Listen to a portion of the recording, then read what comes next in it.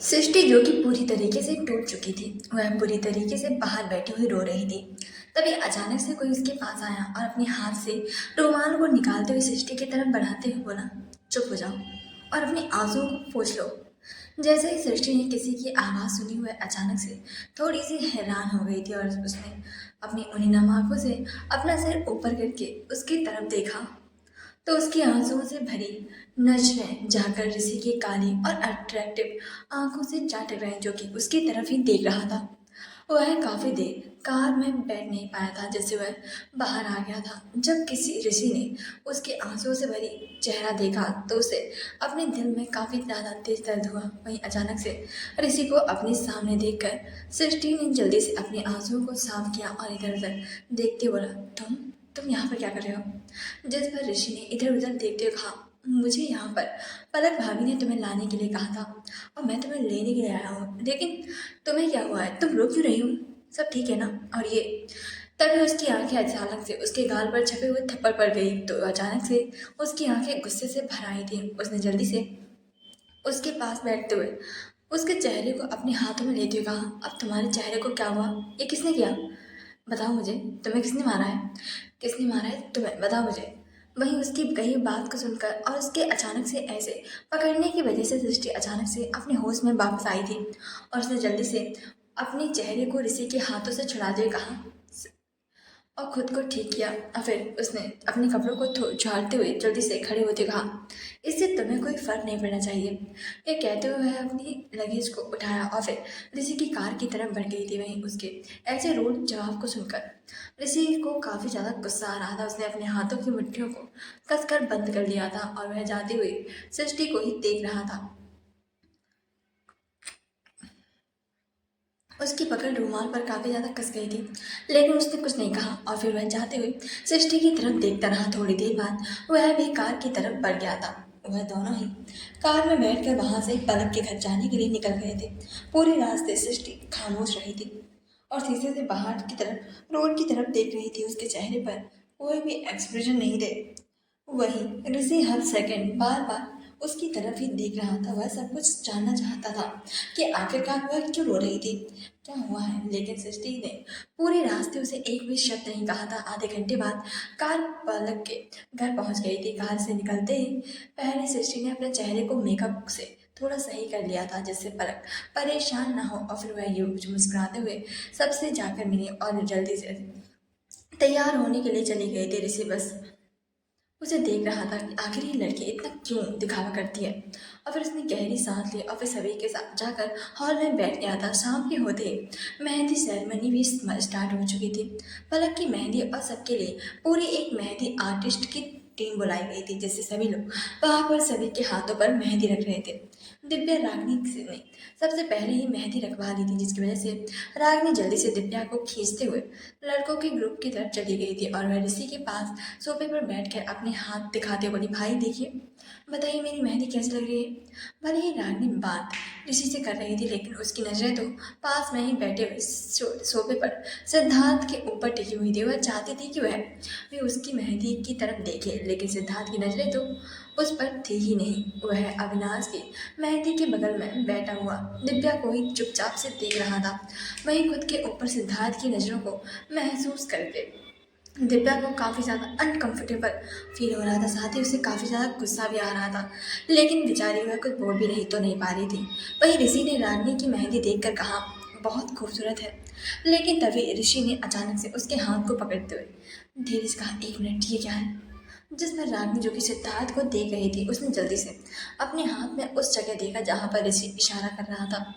उसने देखा कि वहाँ पर आर और एस, जिसे काफ़ी प्यार से बीच में हार्ट के साथ लिखा गया था। और जैसे उसकी नज़र उस पर गई, वैसे उसकी आंखें बड़ी बड़ी हो गई और अचानक से उसका दिल जैसे डर से भर गया था। उसने अचानक से अपनी जीभ को काट लिया और फिर अपनी आंखों को डर की वजह से बंद कर लिया था, क्योंकि वह तो भूल ही गई थी कि उसने अपने हाथों पर सिद्धार्थ का नाम भी लिखवाया था। धीरे से उसने ऋषि की तरफ देखा, जो कि उसे घूर घूर कर देखे जा रहा था। राग ने सिद्धार्थ को एक्साइटमेंट के चक्कर में देखने की वजह से यह भूल ही गई थी कि उसने अपना और सिद्धार्थ का नाम मेहंदी पर भी लिखवाया था। ऋषि ने जल्दी से रागनी को घूरते हुए सवाल किया, यस, ये एस ना? ये कौन है?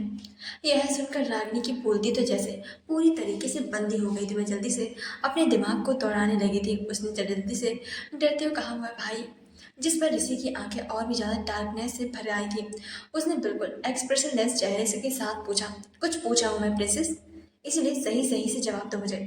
उसके गुस्से की वजह से आसपास में बैठे हुए सभी की नजरें भी अब रागिनी और ऋषि के ऊपर ही थी। वहीं दिव्या ने भी जब यह देखा तो अचानक से उसका दिल भी जैसे धक से रह गया था और उसका दिल अंदर जैसे सीने में उछल कूद कर रहा था और बाहर निकलने वाला था कि तभी सभी की नज़र जैसे रागिनी के ऊपर बनी हुई थी, जिससे उसके भाई, पापा, मामा, खास करके सिद्धार्थ भी था, जिसे देखकर रागिनी और भी ज़्यादा डर गई थी। वहीं ऋषि ने जब देखा कि रागिनी कोई जवाब नहीं दे रही है तो उसने और सख्ती दिखाते हुए पूछा, रागिनी मैं कुछ पूछ रही हूँ, मेरे सवालों को जवाब दो, इधर उधर क्या देख रहे हो? आखिरकार ये किसका नाम है? ये नाम लेटर किसका है? जिस पर पास में बैठे हुए अभिमन्यु ने कहा, क्या हुआ ऋषि, तुम क्यों गुस्सा कर रहे हो रागिनी पर? जिस पर ऋषि ने अभिमन्यु की तरफ बिल्कुल भी ध्यान नहीं देखा। उसकी नजरें तो बस रागिनी के चेहरे पर ही जमी हुई थी, जो कि डर की वजह से अपनी नजरों को झुकाए हुए बैठी थी और उसके सवालों का कोई भी जवाब नहीं दे रही थी। यह देखकर वह गुस्से से खड़ा हुआ और रागिनी के कंधों को पकड़कर खड़ा किया और उसके हाथ को पकड़ते हुए वहां से उसे ले जाने लगा, क्योंकि वह वहां पर कोई भी तमाशा या फिर सीन क्रिएट नहीं करना चाहता था। वह एक रूम की तरफ बढ़ गया। वहीं यह देखकर दिव्या काफी ज्यादा डर गई थी। उसने डरते डरते अपने मन में कहा, ये लड़की, मैंने कितनी बार कहा था कि कोई भी पागलपन मत करना, लेकिन नहीं, मेरी बात तो इस लड़की को जैसे समझ नहीं आती है, फिर भी इसे तो मेरी एक भी बात सुननी ही नहीं है। अब पता नहीं ऋषि भाई क्या करेंगे इसके साथ। यही सोच सोच कर उसका तो दिमाग खराब हो रहा था और साथ ही उसका दिल भी जैसे डर की वजह से बैठा जा रहा था। वहीं ऋषि को इतने गुस्से से रागिनी को ले जाते देखकर सभी लोग एक दूसरे की तरफ देख रहे थे। वहीं अभिमन्यु ने कहा, मैं जाकर देखता हूँ ये क्या हुआ है। जिस पर वह भी अपनी जगह से खड़ा हुआ और वहां पर जाने के लिए निकल गया था। वहां पर पहले से नाच गाना हो रहा था, जिस वजह से किसी और का ध्यान उन सभी पर इतना ज़्यादा नहीं गया था। सिर्फ लड़कों के ग्रुप को छोड़कर वहीं एक रूम के अंदर रागिनी अपना सिर झुकाए हुए ऋषि के आगे खड़ी हुई थी, जो कि गुस्से से रागिनी को ही घोरे जा रहा था और रागिनी से जवाब चाहता था, लेकिन उसकी चुप्पी की वजह से उसका गुस्सा जैसे अचानक से बढ़ता ही जा रहा था। ऋषि ने वापस से गुस्से को कंट्रोल करते हुए अपनी आवाज़ को काफ़ी धीमी करते हुए कहा, प्रिंसेस, मुझे अब जवाब दो। मैं अब वापस से यही सवाल नहीं करूँगा, क्योंकि तुम अच्छे से जानती हो मैं कैसे भी करके इसका तो पता लगा ही लूँगा, लेकिन अच्छा होगा कि मेरी प्रिंसेस ही मुझे सारी इसका जवाब दे दे। मुझे बताओ कि आखिरकार ये लेटर किसके नाम का है? यह सुनकर दिव्या डर से और भी ज़्यादा रागिनी डर से और भी ज़्यादा घबरा गई थी। उसका चेहरा नीचे था और आंखों में आंसू आ गए थे। वहीं ऋषि ने शक्ति दिखाते हुए कहा, आगे तुम किसे पसंद करती हो, बताओ मुझे। यह सुनकर रागिनी जैसे रोने वाली थी। उसे पता था कि उसका भाई अब तक सब कुछ जाने बिना नहीं छोड़ेगा। तभी कमरे में अभिमन्यु ने आते हुए कहा, ऋषि, रागिनी क्या हुआ है? और ऋषि, तुम रागिनी पर नाराज क्यों हो रहे हो? उस जब ऋषि ने अपने पापा की आवाज़ सुनी तो उसने उनकी तरफ देखते हुए, पापा, प्रिंसेस किसी को पसंद करती है और इतना ज़्यादा करती है कि उसका नाम का लेटर तक अपने हाथों पर लिखवा रख दिया है। मैं जानना चाहता हूँ कि आखिरकार वो लड़का कौन है। अभी ये इतनी छोटी है और इसने अभी तक कॉलेज भी खत्म नहीं किया है, और अभी से किसी को लड़के को चुनना, आप तो जानते हैं ना ये दुनिया कैसी है, और ये बच्ची है। मुझे इसकी चिंता हो रही है कि कहीं इसने गलत लड़के को तो नहीं चुन लिया ना। यह सुनकर रागिनी की आंखों में अब आंसू निकलने ही वाले थे। वह काफ़ी ज़्यादा रोने वाली थी। पहले से ही दिव्या सिद्धार्थ को गलत समझती थी और आज उसके भाई भी उसकी पसंद पर शक कर रहे थे, जिससे उससे और भी देर तक रुका नहीं गया और उसने अपनी नम आंखों को ऊपर करके ऋषि की तरफ देखा और फिर नाराज होते हुए बोली, वह सिद्धार्थ है, सिद्धार्थ है वो जिसे मैं पसंद करती हूँ। वो वही है जिसे मैं प्यार करती हूँ। वो बहुत अच्छा लड़का है। उसकी कही हुई बात को सुनकर ऋषि और अभिमन्यु दोनों ही उसे देखने लगे थे। रागिनी की कही हुई बात को सुनकर जैसे ही उन दोनों ने सुना, दोनों सृष्टि की तरफ ही देखने लगे थे। फिर थोड़ी देर बाद एक दूसरे की तरफ देखते हुए मुस्कुराने लगे। ऋषि ने हंसते हुए रागिनी की तरफ देखते हुए पूछा, अब आई ना चिड़िया पहाड़ के नीचे बहुत ज़्यादा बड़ी नहीं होगी तुम, हाँ? मेरी प्रिंसेस अपने भाई से बातें भी छुपाई जा रही, हाँ? जब रागिनी ने अचानक से अपने भाई के भावों को और एक्सप्रेशन को बदलते हुए देखा तो वह अचानक से काफ़ी ज़्यादा हैरान हो गई थी और उसने हैरानी से अपने भाई की तरफ देखा। वहीं अभिमन्यु और ऋषि मुस्कुरा रहे थे। वहीं अभिमन्यु ने मुस्कुराते हुए उसके सर पर एक झपट को लगाते हुए कहा, क्या हुआ प्रिंसेस, आपको क्या लगा? आप हमसे पता भी नहीं चलेगा कि मेरा बेटा कि क्या कर रहा है? बेटा, आपकी आंखें सब कुछ बता देती हैं कि आप उसे कितना पसंद करती हैं। बस हम दोनों को तो बस जानना था, इसलिए आपको थोड़ा सा परेशान कर रहे थे। वहीं ऋषि ने अपने कानों को पकड़ते हुए कहा, सॉरी मेरी प्यारी प्रिंसेस, माफ़ कर दे मुझे रुलाने के लिए। आज पहली बार है जिस दिन मैंने तुझे बहुत ज़्यादा रुला दिया है। यह सुनकर रागनी की आंखों से आंसू निकलने लगे थे और वह ऋषि के सीने पर मारते हुए बोली, भाई आप ना। जिस पर ऋषि ने उसे गले लगाते हुए कहा, क्या करूँ, हाँ मुझे जानना है था कि आखिरकार मेरी प्यारी सी बच्ची सच में किसे पसंद करती है, बस इसीलिए थोड़ा सा परेशान कर दिया, इसके लिए सॉरी माय प्रिंसेस। यह सुनकर रागनी रोने लगी थी। वहीं अभिमन्यु ने उसके सर पर प्यार से हाथ फेरते हुए कहा, सिद्धार्थ को मैं अच्छे से जानता हूँ, वह मेरे दोस्त का बेटा है और मुझे अच्छे से पता है वह बहुत ही ज़्यादा अच्छा लड़का है, इसीलिए हम दोनों को उससे कोई भी प्रॉब्लम नहीं है, समझे तुम? हमें बहुत पसंद है सिद्धार्थ, इसलिए हम तुम्हें दोनों की शादी को जरूर करवाएंगे। और शादी हो जाए, बस पहले अविनाश भाई की शादी हो जाए, उसके बाद हम तुम्हारी भी शादी सिद्धार्थ के साथ करवाएंगे, बल्कि बात भी चलाएंगे। और हाँ, अभी शादी तो नहीं करेंगे क्योंकि पहले तो मैं चाहता हूँ कि तुम अपनी पढ़ाई कंप्लीट करो, उसके बाद ही तुम्हारी शादी होगी। इसके लिए तब तक तुम दोनों के रिश्ते की बात जरूर चली जाएगी, साथ ही सगाई भी करा देंगे, ओके? यह सुनकर रागिनी तो एकदम से खुशी से फूली नहीं समझ रही थी, वह किसी मेढक की तरह उछलने लगी थी। उसका चेहरा खुशी से खिला हुआ था। उसने जल्दी से उछलते हुए अपने पापा को खुशी से गले से लगाते हुए कहा, thank you dad, thank you thank you thank you so much, I love you dad, I love you so much. जिस पर अभिमन्यु और ऋषि मुस्कुरा रहे थे, वहीं दूसरी तरफ दिव्या गार्डन में उस रूम की खिड़की पर खड़ी हुई थी जिस रूम से अंदर वह तीनों लोग थे, और वह वहां से उन दोनों की बातों को सुनने की कोशिश कर रही थी, लेकिन उसे कुछ भी सुनाई नहीं दे रहा था क्योंकि वह रूम ऑलरेडी पूरी तरीके से साउंड प्रूफ था, जिस वजह से दिव्या का डर की वजह से हालत खराब हो रही थी। उसे काफ़ी ज़्यादा गुस्सा आ रहा था। वह खिड़की पर पूरी तरीके से बनती थी, जिस वजह से वह साउंड प्रूफ भी था, जिस वजह से उसे कुछ भी काफ़ी ज़्यादा इरिटेशन हो रही थी। उसे रागनी की काफ़ी ज़्यादा चिंता हो रही थी कि कहीं आखिरकार वह दोनों गुस्से से रागनी के साथ कुछ करेंगे तो नहीं ना।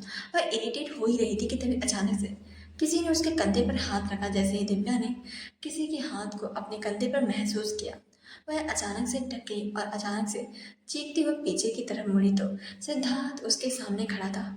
उसने जल्दी से दिव्या के चेहरे पर हाथ रखते हुए उसके मुंह को बंद कर दिया था, जिससे वह ज़्यादा तेज चिल्ला ना सके। सिद्धार्थ ने इधर उधर देखते हुए कहा, क्या हो तुम? हाँ, इतनी तेज कैसे चिल्ला लेती हो? हाँ, क्या खाते हो? मुझे मरवाना चाहते हो क्या, कि कोई मुझे छिछोरा लड़का समझकर पीट दे? और वह दिव्या की आंखों में देखने लगा था। इस वक्त वह दिव्या के काफ़ी ज़्यादा करीब था। वह दिव्या की आंखों में देखते ही जैसे उसकी प्यारी सी गहरी सी आंखों में खो गया था। वह जब भी दिव्या को देखता था उसकी नज़र जैसे उस पर से हटती ही नहीं थी और वह उसी में ही खो जाता था। साथ ही अपने हाथ पर दिव्या के होठों को टच महसूस होकर उसे उसका पूरे शरीर में सिरहन से दौड़ गई थी। उसने धीरे धीरे से उसके होठों पर से अपने हाथ को हटा दिया और फिर उसकी नज़र उसकी आंखों में होते हुए उसके होठों की तरफ जाने लगी थी। वहीं दिव्या भी जैसे उसे अपने करीब पाकर जैसे उसमें ही खो गई थी। उसने ग्रीन कलर का लहंगा पहन रखा था। सिद्धार्थ ने दोनों हाथ उसकी कमर पर ऊपर थे, जिसकी वजह से उसके दिल की धड़कन काफ़ी ज़्यादा तेज हो गई थी और वह सिद्धार्थ को ही देखे जा रही थी। वहीं सिद्धार्थ की नज़रें भी जैसे उसके होठों पर ऊपर ही जमी हुई थी। लेकिन दिव्या अचानक से अपनी सेंस में वापस आ गई और वह सिद्धार्थ को खुद से दूर करने ही वाली थी कि तभी अचानक से उसकी आंखें खुली की खुली रह गई थी, क्योंकि अचानक से सिद्धार्थ ने उसके होठों पर अपने होठ रख दिए थे और वह अब उसे किस कर रहा था। यह देखकर सिद्धार्थ पूरी तरीके से हैरान हो गई थी। दिव्या पूरी तरीके से हैरान हो गई थी। उसने अपनी फटी हुई आंखों से सिद्धार्थ को देखा। जब उसे एहसास हुआ कि सिद्धार्थ ने क्या है तो उसका चेहरा गुस्से से पूरी तरीके से लाल हो गया था। उसने गुस्से के साथ अपनी पूरी ताकत लगाते हुए सिद्धार्थ को एक जोरदार धक्का दिया और एक जोरदार थप्पड़ पड़ने की आवाज़ वहाँ के पूरे माहौल में गूंज उठी थी। वहीं थप्पड़ पड़ने की आवाज़ सुनकर सिद्धार्थ काफ़ी ज़्यादा हैरान हो गया था। उसने अपने गालों पर हाथ रखते हुए दिव्या की तरफ देखा, जो कि गुस्से से किसी ज्वालामुखी की तरह लाल थी। उसे इस चीज़ की कोई भी बिल्कुल भी उम्मीद नहीं थी। वह दिव्या ने उसके ऊपर किसी ज्वालामुखी की तरह फटते हुए कहा, तुम्हारी हिम्मत कैसे हुई मुझे छूने की? हाउ डेयर यू सिद्धार्थ, तुम? दिव्या जैसे पागल सी हो गई थी अचानक से रागिनी का सोचकर। उसका गुस्सा मानो सातवें आसमान पर पहुंच गया था। उसने पागलों की तरह गुस्से से चिल्लाते हुए कहा, सिद्धार्थ क्या किया तुमने? हाँ, ये तुमने क्या किया? मुझे पता था कि तुम एक घटिया इंसान हो, लेकिन तुम इतने गिरे हुए निकलोगे मुझे नहीं पता था। आखिर ये किस तरह का गेम खेल रहे हो? हाँ, तुम हम दोनों की बहनों के बीच दरार लाना चाहते हो। तुम्हें अच्छे से पता है ना कि रागिनी तुम्हें पागलों की तरह प्यार करती है। अच्छे से जानते हो ना, फिर भी तुमने मेरे साथ ये सब हरकतें की। सिद्धार्थ, तुम्हें एक बार भी शर्म नहीं आई ना? ये सब करते हुए तुम्हें अंदाजा भी है कि इस हरकत का उस बेचारी पर क्या गुजरेगी और इसका हमारे रिश्ते पर क्या असर होगा? सच में तुम इतनी ज़्यादा कितनी गिरे हुए कैसे हो सकते हो? यह सोचकर उसने अपना सिर पकड़ लिया था। वह सोच भी नहीं पा रही थी कि अगर रागिनी को ये पता चला तो क्या होगा। यह सब तो सिर्फ एक धोखा ही हुआ ना, मैंने उसे धोखा दे दिया था। यह सब तो सिर्फ एक धोखा ही था ना, उसके प्यार को छीन लिया था। यह कहते हुए वह खुद में बड़बड़ाते हुए बोली, नहीं नहीं नहीं नहीं, ऐसा नहीं हो सकता। क्या वह मुझे छोड़ देगी? नहीं, बिल्कुल भी नहीं, वो मुझे नहीं छोड़ सकती। बोलते हुए गुस्से से वहाँ से जाने लगी थी। सिद्धार्थ तो काफ़ी देर से चुप था। उसने उसके हाथ को पकड़ते हुए कहा, दिव्या, मुझे नहीं पता कौन मुझे पसंद करता है या प्यार करता है, but I love you so much Divya. मैं तुम्हें बहुत प्यार करता हूँ और मैं तुम्हें साथ कोई गेम नहीं खेल रहा हूँ, बल्कि आई एम सीरियस। मैं किसी को भी अलग नहीं करना चाहता, लेकिन मैं तुम्हें पसंद करने लगा हूँ। यह सुनकर दिव्या ने गुस्से से अपने हाथ को उस पर से छुड़ाते हुए कहा, सिद्धार्थ खबरदार, जो अपने गंदे हाथों से मुझे छुआ तो आई वॉर्न यू, जान ले लूंगी तुम्हारी, समझे तुम? अगर तुम्हारी वजह से हमारे रिश्ते में कोई भी दरार आई ना, तो तुम्हारे अंदर 1% भी इंटरेस्ट नहीं है, 1% भी नहीं। समझ में आया तुम्हें? इसलिए मेरे से दूरी रहना। यह बोलते हुए गुस्से से वहां से चली गई थी। वहीं सिद्धार्थ अपनी जगह पर खड़ा हुआ था और वह उसे जाते हुए देख रहा था। उसके चेहरे पर उदासी के भाव थे, लेकिन किसको याद करके उसने हल्का सा मुस्कुरा कर कहा, सॉरी, बट मैं तुमसे बहुत प्यार करता हूँ और मैं तुम्हें अपना बनाए बगैर हार नहीं मानूंगा। यह बोल हुआ वैरी वहां से चला गया था। दिव्या हड़बड़ाती हुई हॉल में पहुंची। उसकी आंखों में आंसू थे कि तभी अचानक से रागिनी ने आकर उसे कसकर गले से लगाते हुए कहा, दिव्या दिव्या दिव्या दिव्या, तुझे पता है मैं आज कितनी ज़्यादा खुश हूँ, बहुत ज़्यादा खुश हूँ, जिसके बारे में तू सोच भी नहीं सकती। पता है, पापा और भाई हमारे रिश्ते के लिए मान गए हैं। उन्होंने कहा है कि वो जल्द से जल्द हमारी सगाई कर देंगे। यार मुझे इतनी खुशी हो रही ना कि सच में मुझे बर्दाश्त नहीं हो रहा है। आई एम रियली हैप्पी यार, I am really really so much, very much, I love you यार। कैसे संभालो इस खुशी को, मैं समझ नहीं आ रहा। वही है सब सुनकर 1 मिनट के लिए तो जैसे दिव्या की धड़कनें ही जैसे रुक सी गई थी और उसकी आंखों से आंसू निकलने लगे थे। उसने जल्दी से रागिनी को कसकर पकड़ लिया। वहीं रागिनी तो जैसे खुशी से फूले नहीं समाये जा रही थी और फिर उसने जल्दी से दिव्या से दूर होते कहा, लेकिन यार वो मुझे पसंद तो करेगा ना, वो मुझसे ही सगाई करेगा ना, वो शादी के लिए मान तो जाएगा ना? उसने अचानक से दिव्या से काफ़ी सवाल सवाल पूछ लिए थे। वह दिव्या अपने आंसू को रोकने की नाकाम कोशिश कर रही थी। उसकी हिम्मत नहीं हुई कि वह रागिनी की आंखों की तरफ देख भी सके। वहीं जब रागिनी ने देखा कि दिव्या में कुछ तो गलत है और उसकी आंखों में आंसू हैं, तो उसने जल्दी से परेशानी के साथ उसके चेहरे को अपने हाथों में ले लिया और परेशानी के साथ कहा, हे दिव्या, क्या हुआ? तू रो रही है क्या? सच में तू रो रही है? हे, क्या हुआ यार, क्या हुआ? तुझे किसी ने कुछ कहा क्या? किसने तंग किया तुझे? हाँ, मुझे बता, मैं उसे बिल्कुल भी नहीं छोड़ूंगी, लेकिन यार तू बस रो मत, बता ना क्या हुआ यार? उसकी कही हुई बात को सुनकर और उसे तरीके से परेशान होते हुए देखकर दिव्या ने जल्दी से कहा, अरे कुछ भी नहीं हुआ यार, शांत हो जा। मैं तो बस तेरी खुशी को सुनकर रो रही थी, जिस वजह से मेरी आंखों में आंसू आ गए थे। और वह ये दुख नहीं बल्कि खुशी की आंसू। ये सुनकर रागिनी को बिल्कुल भी भरोसा नहीं हुआ और उसने बिल्कुल सीरियस होकर कहा, दिव्या मुझे सच सच बताओ कि आखिरकार क्या हुआ है और क्यों रो रही हो तुम? ऐसा क्या हो गया है, ऐसे क्यों रो रही हो यार? जिस पर दिव्या ने बड़ी ही सफाई से झूठ बोलते कहा, मैं सच बोल रही हूँ यार, जुलैन प्रॉमिस मैं तेरे लिए बहुत ज़्यादा खुश हूँ, लेकिन मैं तेरे बिना कैसे जीऊँगी? अगर तू चली गई तो मैं तो अकेली रह जाऊँगी ना। बस यही सोचकर मेरी आंखों में आंसू आ गए थे। यह सुनकर रागिनी ने कहा, अबे पागल लड़की, ऐसे कौन रोता है? हाँ, अभी तो कुछ भी नहीं हो रहा है और अभी तो शादी भी नहीं होने वाली, बस सगाई तो होगी। जिस पर दिव्या ने जल्दी से अपना सिर हाँ में हिलाते हुए कहा, हिलाया दिया। जिस पर रागिनी ने उसे गले लगाते हुए कहा, पागल लड़की, मैं तुझसे कभी भी दूर थोड़ी नहीं जा सकती हूँ। और भूल जा, इतनी जल्दी से तेरा मुंह से पीछे छोड़ने वाला समझे तो। मैं तो शादी के बाद भी तेरा पीछे नहीं छोड़ूंगी, बल्कि तेरे साथ यही रहूंगी। मुंबई में तेरा जीना हराम करना है मुझे, समझे? इसलिए बिल्कुल भी नहीं छोड़ना। लेकिन यह सुनने के बाद तो दिव्या ने बस कहा और कुछ भी नहीं कहा। लेकिन क्या होगा जब रागिनी को सब कुछ पता चलेगा? वह कैसे रिएक्ट करेगी? वह नहीं, बिल्कुल भी नहीं। वह उसे बिल्कुल भी सच नहीं बता सकती थी। भले ही वह कितनी ही दर्द में झेल ले, लेकिन उसे बिल्कुल भी दर्द नहीं देने वाली थी। यही सोचकर उसकी आंखों से जो आंसू निकल रहे थे उसे उसने उन्हें शांत कर लिया था और उसे कसकर गले लगाए रखी थी। शाम का समय, मेहंदी सेरेमनी काफ़ी अच्छे से हो गई थी और सभी लोग डांस और संगीत में मस्त थे। रागिनी भी शर्मीली होकर सिद्धार्थ को देख रही थी, साथ ही काफ़ी ज़्यादा खुश होकर डांस कर रही थी। वही दिव्या रागिनी की खुशी में ही काफ़ी ज़्यादा खुश थी। वहीं सिद्धार्थ की नज़र तो उसके ऊपर ही टिकी हुई थी, लेकिन उसने एक बार भी सिद्धार्थ की तरफ अपनी आंखें उठाकर भी नहीं देखा था, जो कि सिद्धार्थ को काफ़ी ज़्यादा बुरा भी लग रहा था। सृष्टि शुरुआत से ही पलक के पास ही बैठी हुई थी और उसी से ही बातें की जा रही थी। जब उसकी मेहंदी हो गई तो सभी का फोटोशूट होने वाला था। सभी लोग अविनाश और पलक के साथ फोटोशूट कर रहे थे। वही सृष्टि, जो कि काफ़ी देर तक बस खुशी का मुखौटा ओढ़े हुए थी, अब वह अपने चेहरे से हट गया था। उसने देखा कि किसी की नज़र उसके ऊपर नहीं थी, जिससे वह गार्डन की तरफ चली गई। वहाँ पर एक प्यारी सी झील बनी हुई थी। सृष्टि उन तालाब के किनारे पर बैठ गई और पानी में चांद के प्रतिबिंब को देखने लगी। उसे देखते ही उसकी आंखों में आंसू आ गए। तभी उसके कानों में किसी की आवाज़ आई, आखिर कौन सी बात है जो तुम्हें अंदर से खा रही है? एक दोस्त होने के नाते तुम ये बात मुझे तो बता सकती हो ना। जब सृष्टि ने उस आवाज़ को सुना तो उसने जल्दी से अपने आंसुओं को साफ किया और साइड में देखा तो वहां पर ऋषि खड़ा हुआ था।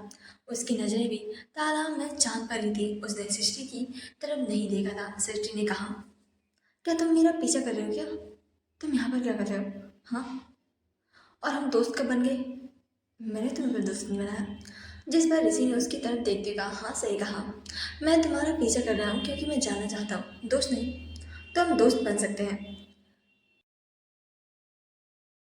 जिस पर सृष्टि ने उसे पूरी तरीके से मना करते हुए कहा, बिल्कुल भी नहीं, मुझे कोई दोस्त नहीं बनाना।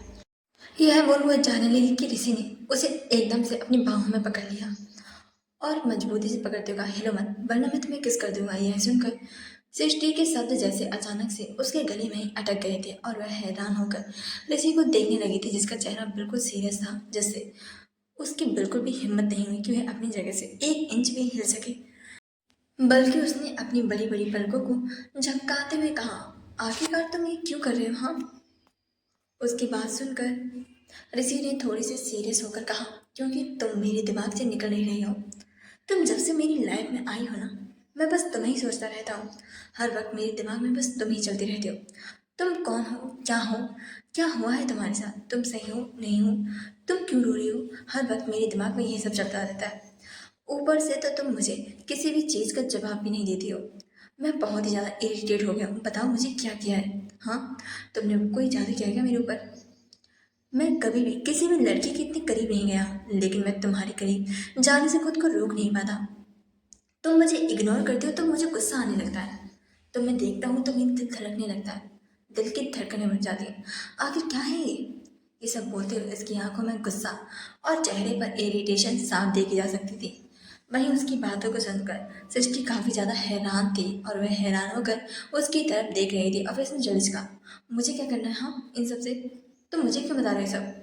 मुझे छोड़ो बस और यहाँ से जाने दो। जिस पर ऋषि ने उसे कसकर पकड़ते कहा, मैं तुम्हें पसंद करने लगा हूँ, क्या तुम मुझे पसंद करती हो? यह सुनकर सृष्टि की आंखें फटी की फटी रह गई थी और साथ ही मुंह भी खुला का खुला रह गया था। वह शौक से जैसे अपनी जगह पर ही जम से गई थी। वहीं उसे कुछ भी बोलते हुए ना देखकर ऋषि ने कहा, जल्दी जवाब देने की कोई ज़रूरत नहीं है, आराम से जवाब देना, लेकिन मुझे जवाब बस हाँ या ना में चाहिए। यह बोल उसने अपनी पकड़ सृष्टि की कमर पर ढीली कर दी थी और उसे वहीं पर शौक में छोड़कर वहां से चला गया था। वहीं सृष्टि 10 मिनट तक तो अपनी जगह पर शौक से ही खड़ी हुई थी और फिर वह अचानक से होश में आई और हैरानी के साथ कहा, क्या कहा? ये इसने इसने मुझे प्रपोज किया? सीरियसली? What the? सच में इसने मुझे प्रपोज किया? सच में? वो सच में था क्या? नहीं, ये मेरा कोई वहम था।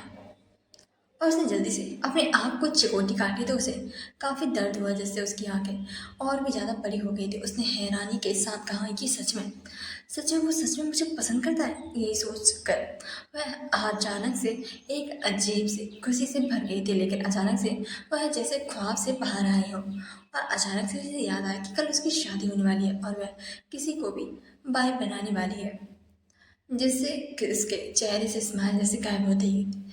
उसने पलक को एक मैसेज किया और वहां से चली गई। वहीं उसके बाद ऋषि ने सृष्टि को कहीं भी नहीं देखा था। उसने काफ़ी उसे ढूंढा भी, लेकिन वह उसे कहीं भी नहीं मिली थी, जिससे उसने काफ़ी मुश्किल से रागिनी से बस ऐसे ही कैजुअल होकर पूछा था, तो उसे पता चला कि वह वहां से जा चुकी है। यह सुनकर ऋषि ने कुछ नहीं कहा और एक मैसेज किया।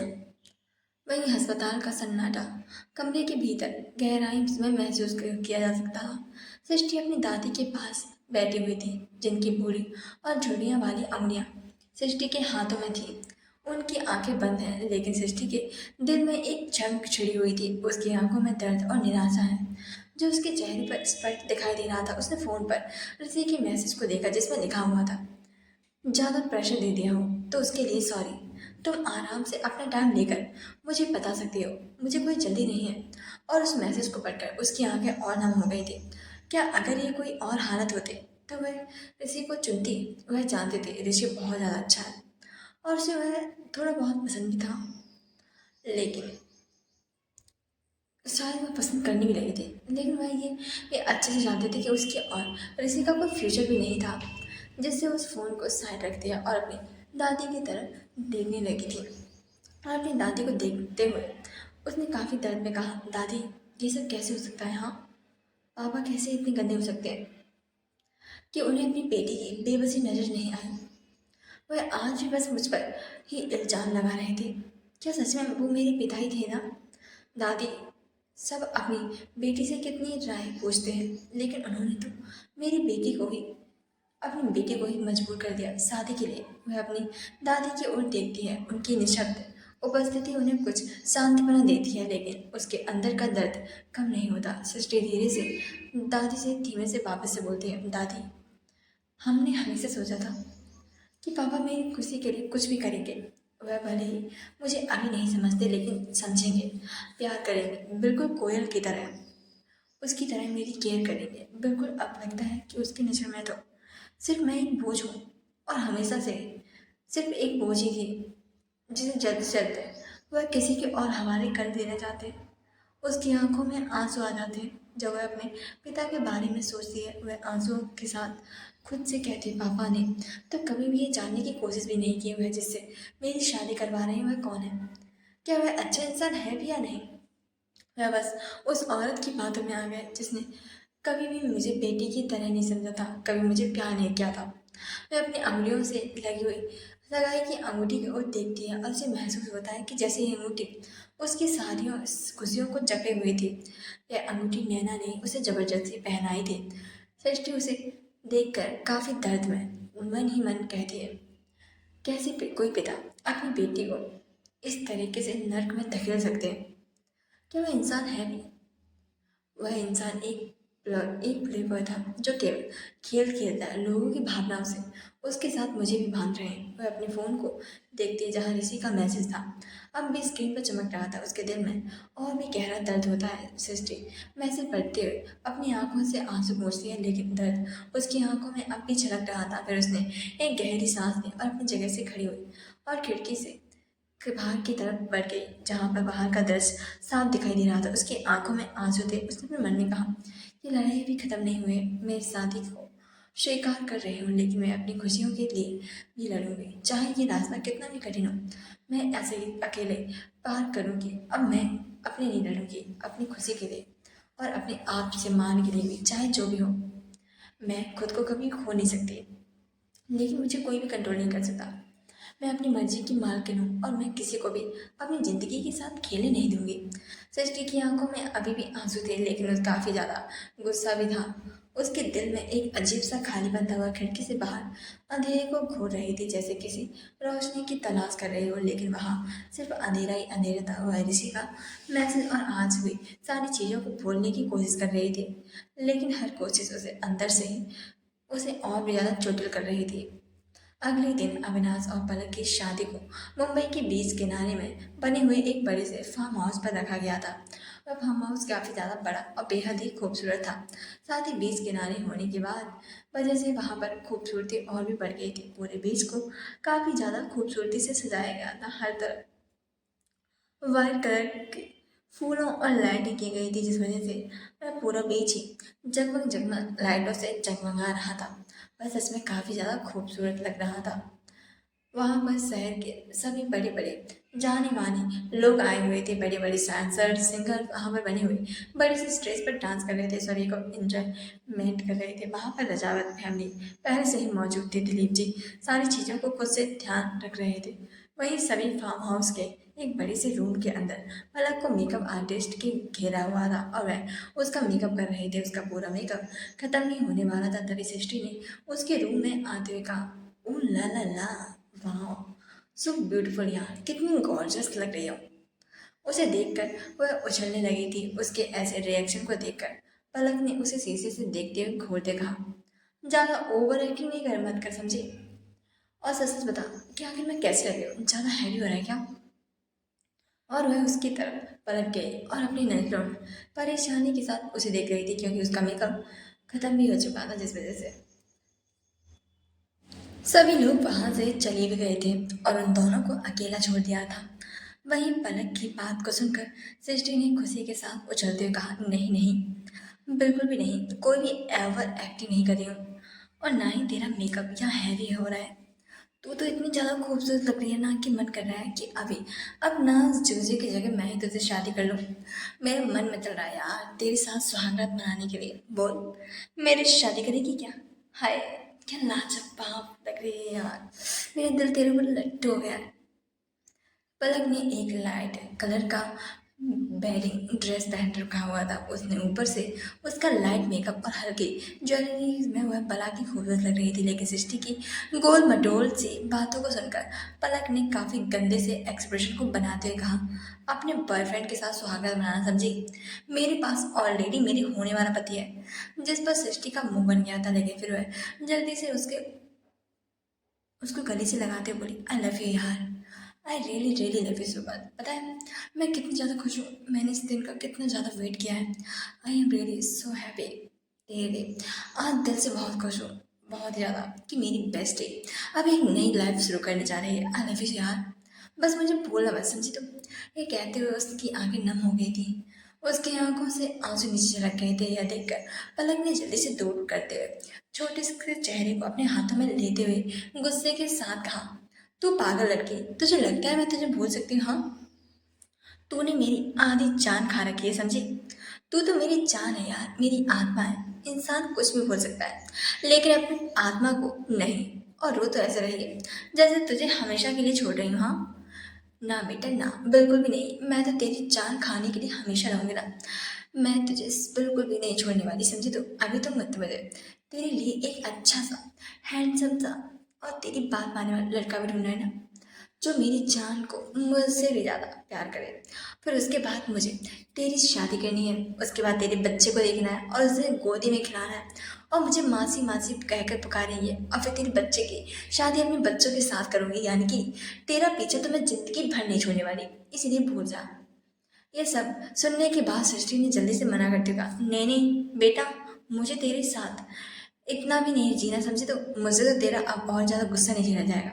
अब ये सब ना अपने पति को जाकर दिखाना, मेरा तो पीछे छोड़ दे मेरी माँ, ऊपर से इतनी बड़ी प्लानिंग, इससे अच्छा तो भूल ही जाए मेरे बारे में, मुझे कुछ भी नहीं होने वाला, समझे। तो यह सुनकर पलक ने आंखें दिखाते कहा, बेटा होने को तो सब कुछ हो सकता है और मैं ये सब करके ही रहूँगी, तेरे लिए लड़का भी ढूंढूंगी, तुझे जिंदगी भर भी नहीं छोड़ूंगी। यह सुनकर सृष्टि वापस से इमोशन हो गई और उसकी आंखों में आंसू आ गए और उसने जल्दी से उसे अपने गले से कसकर लगाते हुए कहा, हाँ यार, सच में बहुत मिस करूँगी। जिस पर फिर उसने अपने मन में कहा, आई एम रियली सॉरी पलक, मुझे माफ़ कर देना कि मैं ये सब छुपा रही हूँ और तुझसे तेरे सारे हक को छीन रही हूँ। वहीं उसे ऐसे रोते हुए देखकर पलक परेशान हो गई थी। उसने जल्दी से उसकी पीठ को थपथपाते हुए कहा, सृष्टि क्या हुआ, ऐसे क्यों रो रही है, कुछ हुआ है क्या? अगर तू रोएगी तो मेरे ने जो इतना मेकअप किया है ना, वो सब भी खराब हो जाएगा। तो क्या चाहती है, मैं भी खराब हो जाए? तेरे अविनाश जी जो मेरा मजाक उड़ाए है ना? यह सुनकर सृष्टि ने जल्दी से अपने आंसू को कंट्रोल करते कहा, बिल्कुल भी नहीं, बिल्कुल भी नहीं, मैं ऐसा बिल्कुल नहीं चाहती, मैं किसी को भी तेरा मजाक नहीं बनने दूंगी, समझी? तो यह बोलते हुए उसने अपने आंसू को साफ किया और फिर अपनी इमोशनल आवाज में कहा, आई लव यू दी। जिस पर पलक थोड़ी सी इमोशनल हो गई और कहा, आई लव यू टू मेरी जान। लेकिन कितनी अच्छी बात है ना, आज मुझे दी सुनने को मिला। आज की शाम तो मैं सच में सुनहरे अक्षरों में दर्ज करके लिख पाऊंगी, जो कि हिस्टोरी में लिखा जाएगा। क्या कितना मस्त है ना कि आज मेरी प्यारी सी बेस्ट फ्रेंड ने मुझे देखा है। सच में उसे फोटो फ्रेम करवा के ना अपने रूम की सबसे बड़ी दीवार पर लगवा कर उसे रोज देखूंगी। हाय, यह सब सुनकर सृष्टि ने अपने मुंह बनाते का चेहरा गई थी। जिसमें पलक ने उसके कान को पकड़ देगा, क्या कहा बेटा, एक बार फिर से बोलिए जरा। जिस पर सृष्टि ने कहा, सॉरी सॉरी, माफ कर दिया प्लीज, मेरे कान को छोड़ दे। जिस पर महक जी ने उस कमरे के अंदर कदम रखते हुए कहा, ये क्या चला है यहाँ पर, हाँ? और तुम क्या कर रही हो पलक? यह सुनते ही सृष्टि ने जल्दी से अपने कान को पलक के हाथों से छुड़ाते हुए जल्दी से जाकर महक जी को पीछे से छुपाते हुए बोली, देखिए ना माँ, कैसे ससुराल का सारा गुस्सा मुझ जैसी प्यारी सी मासूम सी लड़की के ऊपर निकाल रही है। यह कहते हुए उसने अपने चेहरे को काफ़ी ज़्यादा क्यूट सा बना लिया था और वह अपनी मासूम सी आंखों को महक जी को देख रही थी और वह उससे चिपक सी गई थी, जैसे कि वह पलक से काफ़ी ज़्यादा डर रही हो। जिस पर पलक ने उसे गुस्से से देखते हुए कहा, वाह बेटा वाह, क्या एक्टिंग है। और माँ, आप नहीं जानते इस लड़की को, ऐसा कुछ भी नहीं किया मैंने, हाँ, और यही पहले मुझे परेशान कर रही थी। जिस पर सृष्टि ने कहा, अरे माँ, कैसे सफेद झूठ बोल रही है, देखा ना, अब मेरे कान को पकड़ रही थी और मरोड़ रही थी, आपने भी देखा था ना, फिर देखो कैसे झूठ बोल रही है। जैसे वह दोनों वापस से एक दूसरे से बहस करने लगी थी। यह सुनकर महक जी का तो सिर दर्द करने लगा था। उन्होंने गुस्से से कहा, तुम दोनों चुप हो जाओ, तुम दोनों ने मेरे सिर का दर्द कर लिया है, कैसे कुत्ते बिल्लियों की तरह लड़ रही हो। और पलक, आज तुम्हारी शादी है, आज तो सृष्टि को छोड़ दो। जिस पर सृष्टि पलक की तरफ मुस्कुरा कर देख रही थी। वहीं पलक ने उसे गुस्से से देखा और कहा, माँ बट। जिस पर महक जी ने उसकी बात को बीच में ही काटते हुए कहा, बट कुछ नहीं, समझे तुम, और कुछ भी नहीं सुनना चाहती मैं, तुम दोनों शांत हो जाओ और मुझे एक दूसरे से सॉरी बोलो, चलो। जिस पर दोनों ने एक दूसरे को सॉरी कहा, लेकिन दोनों ही एक दूसरे को घूर कर देख रहे थे। जिसमें महक जी ने अपने सर को ना में हिलाते कहा, छोटे बच्चों को सुना है, तो वह भी इमोशनल हो गए और उनके गले से लग गई थी। जिस पर कपिल जी ने कहा, मेरी बच्ची बहुत खूबसूरत लग रही, बहुत ज़्यादा। यह देखकर सृष्टि महक जी को पीछे से गले लग गई थी, उसकी आंखों में भी आंसू आ गए थे। उसने धीरे से कहा, थैंक यू सो मच, आज मैं बहुत खुश हूँ आपकी बेटी बनकर। मैं कैसे बताऊँ कि आप सभी का प्यार पाकर मुझे कितनी खुशी होती है। Thank you so much mom dad. जब सबने यह सुना तो उन्होंने सृष्टि को काफ़ी डांट कर फटकारा, क्योंकि वह थैंक यू सो मच ना बोले। वहीं वह लोग वहां से निकल गए उन दोनों को नीचे लाने के लिए बोल के। तभी वहां पर रजत ने आते हुए कहा, ये पलक का कजिन था, उसकी फैमिली अब्रॉड में रहती थी। उसकी फैमिली तो कभी भी वहाँ पर नहीं आती थी, लेकिन वह हर बार उसके पास आकर फंक्शन में शामिल होने के लिए आता था। उसकी फैमिली की पलक की फैमिली से कुछ खास नहीं बनती थी, लेकिन रजत एक खुश मिजाज और इन सबसे दूर रहने वाला और प्यार से सबके साथ पेश आने वाला लड़का था। उसने कभी भी अपने और पलक के रिश्ते में फैमिली को बीच में नहीं आया था। जिस पर रजत ने कहा, बस अभी अभी आया हूँ, तू बता तेरे क्या है, हाल चाल है, शादी होने जा रही है और तूने तो मुझे बताया भी नहीं। हाँ, अगर बड़े पापा मुझे कॉल करके मुझे नहीं बता दे तो सच में तूने तो कसम खा रखी थी मुझे ना बताने की, है ना? मुझसे सब कुछ छुपा कर वहाँ क्या बात है? जिस पर पलक ने हंसते हुए कहा, हाँ जानती हूँ, सॉरी इसके लिए, मैं तो भूल ही गई थी, तुझे माफ़ कर दे प्लीज़। जिस पर रजत ने पीछे खड़ी सृष्टि की तरफ शरारत भरी निगाहों से देखते हुए कहा, हाँ कर दिया माफ़, और क्या, बिना माफ़ के रह भी नहीं सकता ना। जिस पर सृष्टि ने अपनी आंखें छोटी करता, अरियल किसे बोल रहे हो, तुम्हारा मुंह तोड़ दूंगी, समझे तुम? और तुम्हारे स्टैंडर्ड ना बहुत हाई हो रहे हैं, कम करो और किसी और को ढूंढो। जिस पर रजत ने कहा, यूएस के टॉप कंपनी के प्रेसिडेंट का बेटा हूँ, इसीलिए मेरे स्टैंडर्ड ना तो पहले से काफ़ी ज़्यादा हाई है। मिस बंदरिया, बस आप मुझे बताइए कि आखिरकार आपके स्टैंडर्ड कब यहाँ तक कैसे पहुँच सकता हूँ। जिस पर सचिन ने उसे घूर कर देखा और फिर गुस्से से वहाँ से बाहर चली गई और अपना कड़वा सा मुंह बनाते बोली, जब खुद की कंपनी खोल लो ना तब मेरे से बात करने समझ में आया, तब तक मेरे पीछे आने की कोई भी जरूरत नहीं है। रजत तुझसे काफी ज़्यादा पसंद करता था, लेकिन सृष्टि उसे बचपन से ही कोई भाव नहीं देती थी। ज़्यादातर रजत वहां पर सृष्टि की वजह से याद आता था, जिस पर रजत ने उसका रास्ता रोक देखा, इसीलिए तो यहाँ पर आया हूँ, अपनी खुद की कंपनी को स्टार्ट करने वाला हूँ बेगम साहिबा। जिस पर सृष्टि ने एटीट्यूड दिखाते हुए कहा, जब कर लो ना तब बात करना, अभी हटो सामने से, मुझे बहुत सारे काम हैं। और वह, जिस पर रजत ने उसे वापस से टोकते हुए कहा, अरे हर वक्त किस चीज़ की जल्दी होती है तुम्हें? हाँ, मैं अभी तो आया हूँ, थोड़ी देर तो मेरे सही से बात कर लो। जिस पर सृष्टि ने उसे घूरते कहा, और क्यों? जिस पर रजत ने मुंह बनाते कहा, इसके लिए रीजन चाहिए क्या सच में? जिस पर सृष्टि ने बिल्कुल सीरियस होकर कहा, हाँ बिल्कुल। जिस पर रजत ने उसे ऊपर से नीचे देखते हुए कहा, वैसे पहले से काफी ज्यादा खूबसूरत हो गई हो, क्या बात है, कोई फॉरवर्ड मिल गया क्या? सृष्टि ने व्हाइट कलर की लहंगा चोली को पहन रखा था, साथ ही हल्के मेकअप और तीखे नेक नस के साथ वह सच में बेहद खूबसूरत लग रही थी। खुले हुए बाल, कानों में बड़ी बड़ी इयररिंग्स और आंखों में गहरा काला काजल जैसे उसकी खूबसूरती में चार चांद लगा रहे थे। होठों में रेड करने वाली लिपस्टिक से वह किसी को भी घायल कर सकती थी। रजत तो जब से आया था तब से उसकी नजरें जैसे सृष्टि पर से हटी नहीं रही थी। वहीं उसकी बात को सुनकर सृष्टि ने उसे ऊपर से नीचे तक देखते हुए उसे घूरते हुए कहा, हाँ तुम भी किसी से कम नहीं लग रहे हो, है तो तुम भी हो गए हो। तुम्हें पसंद करके किसकी हिम्मत, किसकी किस्मत फूटेगी यही नहीं पता। ऐसा सुनकर रजत गुस्से से होने की बजाय शर्माते बोला, थैंक यू सो मच मेरी तारीफ के लिए, लेकिन मेरे जैसे नाचीज को तो सिर्फ आप ही चाहिए। जिस पर शशि ने उसे सामने से हटा देगा, फिर तो पूरी जिंदगी सिंगल ही रहना होगा। और वह वहां से यह बोलकर निकल चुकी थी। जिस पर रजत और पलक मुस्कुरा रहे